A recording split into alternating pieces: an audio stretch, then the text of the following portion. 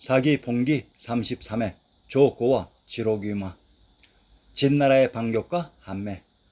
진나라의 죄수들로 구성된 진화군을 창탈한 장한은 기원전 208년 11월 진생이 파견한 진공군 대장 주문을 격파해 죽였고, 진에서는 사마흥과 동해를 보내 장한을 돕게 했다. 장한은 이에 기세를 더해 진생을 격파하고 기원전 207년 1월 위나라를 포위하기에 이른다. 위나라의 수도 대량이 신시계천의 무대 개경의 개봉입니다. 이곳 위나라가 멸망하면 다음 공략 대상은 바로 알라산 너머의 제나라가 될 것입니다. 위나라 지역의 진체를 구축한 장한의 진군은 본국 북경화성 함양으로부터 군수물자를 풍부하게 직접 지원받아 사기가 충천했을 것입니다.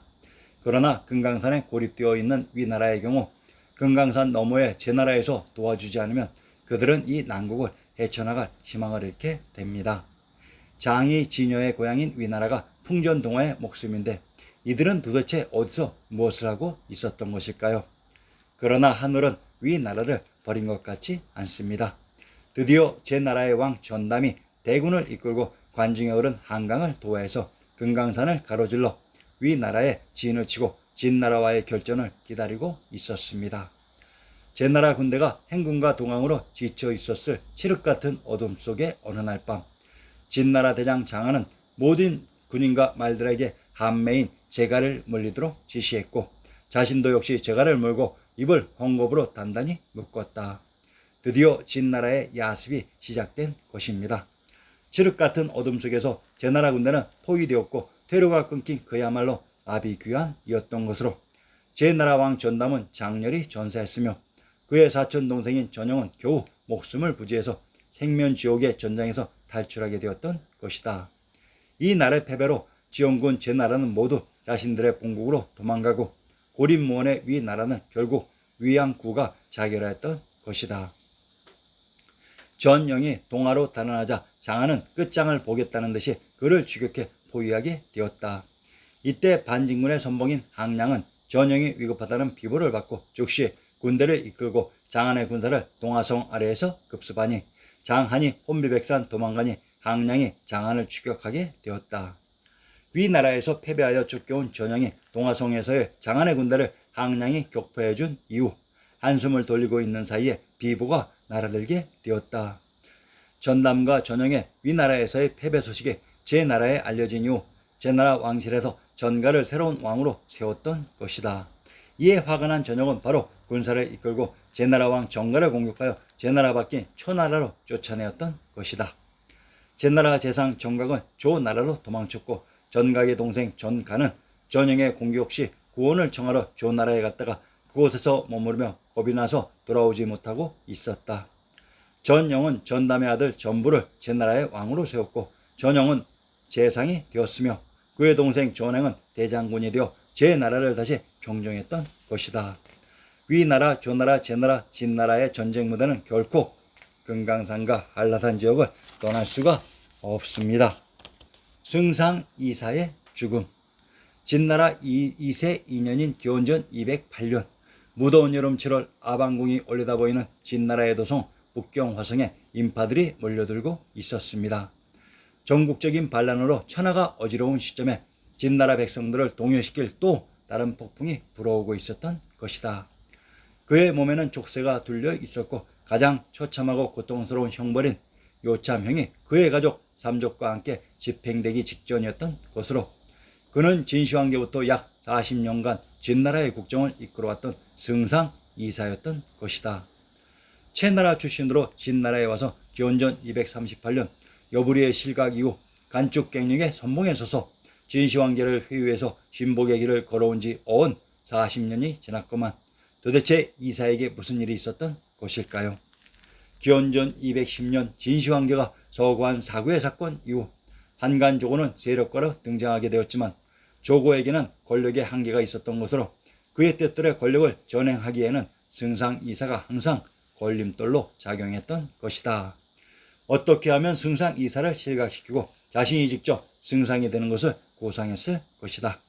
그러면 조고의 앞길에는 막힘이 없는 탄탄대로가 보장될 수 있었을 것이다.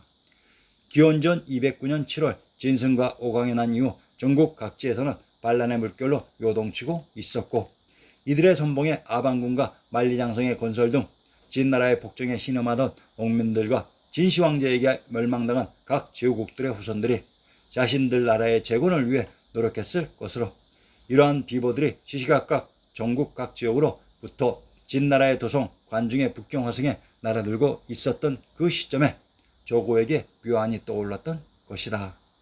바로 승상 이사의 큰 아들인 이유가 삼천군의 군수였는데 반란군의 위세에 막혀 이들을 진압하지 못하고 정 안에서 관망만 하고 있었던 장면이 조고에게 포착되었던 것이다. 승상 이사의 큰 아들이 왕부의 부더인 무례군은 삼천군의 군주였는데 이렇듯 중요한 곳이었으므로 쉽게 군사를 움직이지 않고 상황을 관망만 했던 것으로 이 상황을 조고가 역으로 이용했던 것이다.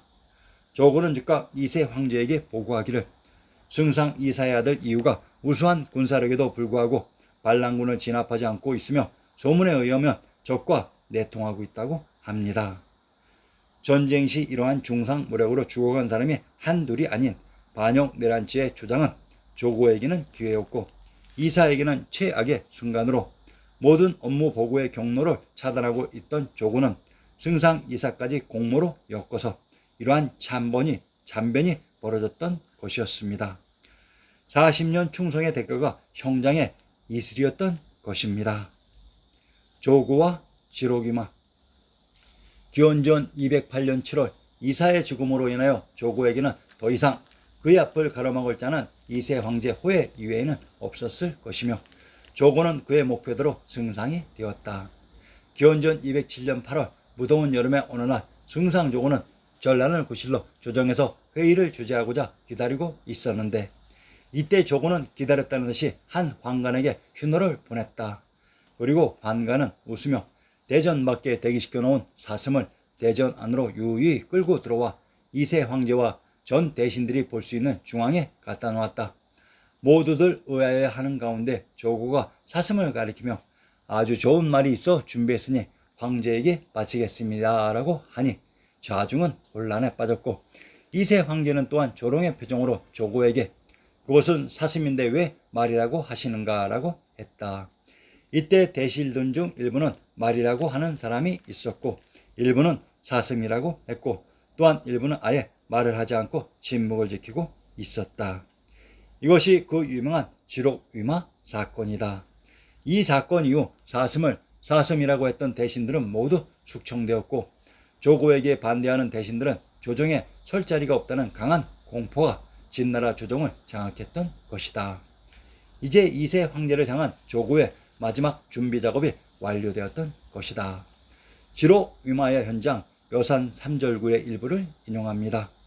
제2수 몇 번이나 아로새긴 담장으로 변하고 몇 번이나 타다 남은 채로 변했나. 거짓으로 봉화 올려 왕후를 웃게 하고 사슴을 말이라 하던 옛날이 아련하네. 상왕께서는 앞스레가 경계하는 바를 생각지 않고 여산이 화근이라고 도리어 원망했네. 여산 여주가 여산 봉화와 지록위마의 현장이었다고 소식의 식구가 증언하고 있는 것입니다. 여산 3절구의 무대 경기도 여주의 정체를 다시 밝혀봅시다. 경기도 여주의 산천을 인용합니다. 중선탄의 시에 그대는 옛날 취홍이 소우에서 잔치함을 보지 못하였는가. 은촛불 켜고 놀다가 이 밤늦어서야 파하니 금지한 옥잔이 흩어져도 거두지 않았다네. 또 하간 방랑하여 회계에서 논 곳을 보지 못하였는가. 가벼운 노 짧은 배로 연기 낀 물가를 따라 빗긴 바람 가는 비에 꽃다운 섬을 찾아갔다네. 중원 목베기 자치를 이어 놀이배에 북을 치며 비단금자의 금강 가을에 즐겁게 노는구나 라고 했습니다. 비단금자의 금강이란 개경인 비단금자의 금도에 흘렀던 강이 금강입니다. 요주는 천황님이 계셨던 곳으로 이곳에 있었던 산이 여산이었는데 이 여산의 너머가 관중이었던 곳입니다. 진시황제의 아방궁이 있었던 곳은 제왕의 성이 있었던 관중입니다. 관중 옆 여주의 여산인 금강산 남산에서 봉화를 올렸던 곳이었습니다. 항량의 죽음. 항량은 초나라 왕실의 가문으로 대대로 무장을 맡아왔던 가문에서 태어났다. 항량의 아버지는 전국시대 말기 진나라에 맞서 싸웠던 초나라 최후의 명장 항현이다. 항현은 진나라의 노장 왕전이 60만 명의 대군을 이끌고 초나라를 공격할 때 끝까지 대항하다 전사했기 때문에 항량은 진나라에 깊은 원한을 품고 있었다. 초나라가 멸망하자 항량은 진나라에 사로잡혀 역양현에서 포로 생활을 했다. 그러나 기원의 옥리 조구를 통해 역양의 옥리 사마원에게 서신을 보내 구명을 요청했고 그의 도움으로 풀려날 수 있었다. 그 뒤 떠돌던 항량은 우연히 사람을 죽여 조카 항우를 데리고 오중으로 도망쳤다. 항량은 오중 지역에서 백성들의 부역이나 초상 때 앞장서서 일을 처리해주면서 민심을 모으는 한편 비밀리에 자신의 세력을 모았다. 무인 집안 출신으로 병법에 능했던 그는 자신의 아래로 모여드는 빈객과 젊은이들의 능력을 파악하여 그들을 군대식으로 배치하고 훈련시켰다. 또한 조카 항우의 기백을 알아보고 병법을 가르쳤다. 승승장구하던 진나라의 명장 장한을 제나라의 동화성 전투에서 격파시킨 이후 항량의 기세는 수그러들 줄 몰랐다. 그는 항우와 유방을 보내 성량을 함락하고 복양에서도 진나라 군대와 접전을 벌여 대승을 거두었다. 항우와 유방은 정도 공격에는 실패했으나 곧바로 서진하여 옹구에서 진나라 군대를 대파하고 승상 이사의 아들 이후까지 살해했다. 그러나 거듭된 승리에 도취된 항량은 곧 진나라를 멸망시킬 수 있으리라 자만했고 이것이 결정적인 패착이 되었다.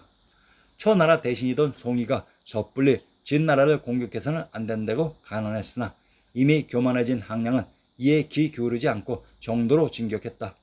정도를 지키던 진의 장수 장한은 항량의 자만심을 이용해 진나라의 구원병이 도착할 때까지 기다렸다가 항량의 부대를 기습했다. 항량은 급히 방어하려 했으나 성공하지 못했다. 기원전 208년 9월 항량은 자신에게 망국의 한을 안겨주고 집안을 몰락시킨 진나라의 멸망을 보지 못한 채 전사했다.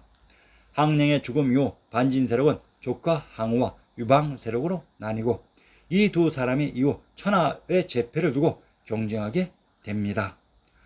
항량의 활동 무대 중 역양, 송양, 복양, 정도의 지명을 살펴봅시다. 역양, 전라도 금구의 고적을 인용합니다. 역양 폐현, 양자는 양으로도 한다. 현의 북쪽 고리에 있다고 했습니다. 고적이란 그 지역의 유물로 전라도 금구의 부르를 인용합니다. 금산사, 무악산에 있는데 후백제 견훤이 창건한 곳이다 라고 했습니다. 금산사란 금산에 있는 사찰로 이 금산이 바로 민족의 용산인 금강산이라고 했습니다. 성량, 성량에 있는 산이 성산입니다. 성량과 성주는 동일한 지명을 다르게 표시하는 방식입니다. 충청도 이산의 산청과 군명을 인용합니다. 노산, 현북쪽 우리에 있는 신산으로 일명 성산이라고 한다. 충청도 이산의 군명을 연례하산, 노산이라고 합니다. 강원도 평창의 군명을 우고, 배고, 노산이라고 합니다. 제후국 노나라가 있었던 곳이 노산으로 노산을 성산이라고 합니다. 성산이란 단순히 성이 있는 산을 지칭하는 일반 명사가 아니라 오직 하나뿐인 고유 명사입니다. 평안도 성천의 군명을 비류 절본 성주라고 합니다. 성주에 있는 지명이 성산으로 평안도 성천이란 개경의 지명인 성도이기도 합니다. 지명에 대한 확신이 없으면 성이 개출된 곳을 인용해보라고 저자가 충고했습니다. 성씨는 창녕 단번으로 경상도 창녕의 군명을 하성 하산이라고 합니다.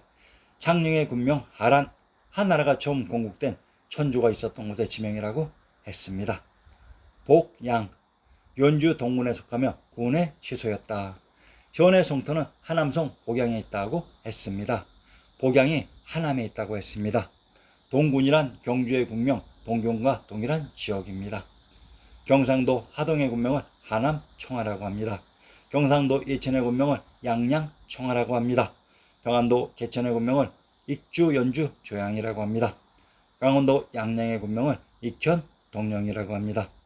경상도 하동의 군명이 하남으로 하남은 관중에 흐른 한강의 남쪽인 금강산 지역이라고 했습니다. 정도, 자 이제 항량이 전사한 정도의 비밀을 밝혀봅시다. 최씨는 주무왕의 동생 최숙의 연원을 두며 최나라에서 개출되었습니다. 발상지는 하남성 상채현이며 새 거주지는 산동성 정도현, 절강성 반환현이다라고 했습니다. 채의 나라가 처음 있었던 곳은 은나라의 제사를 지나라고 은땅에 봉해지기 때문에 상체가 되지만 새 거주지는 산동성 정도현 절강성 반환현이라고 합니다. 정도라는 지명의 비밀은 후한을 공국한 광무제 유수에게 있습니다. 한세조 광무황제 유수는 중국 후한 왕조의 초대 황제로 아명은 호묘, 자는 문숙이며 남양군 채양은 사람이다. 전한의 초대 황제 고제의 구세손으로 신나라 말기의 혼란을 통일하고 한 왕조의 제형으로서 후한 왕조를 선포하였다. 이곳 남양의 채양현이 후체가 되며 이곳을 정도인 남양이라고 했던 것이다. 그러면 이곳의 비밀을 밝혀봅시다. 경기도 남양의 군명을 당성 익주라고 합니다. 전라도 익산의 군명을 금마 익주라고 합니다. 경상도 영천의 군명을 영주 익양이라고 합니다. 익주와 익양은 동일한 지명을 다르게 표시하는 방식으로 경기도 남양, 전라도 익산, 경상도 영천은 익주와 익양이 중복되는 동일한 지명으로 남양의 군명이 당성으로 이곳은 천황이신 당구루 탕구루가 계셨던 경주의 탕구투 탕구루의 터이기도 합니다.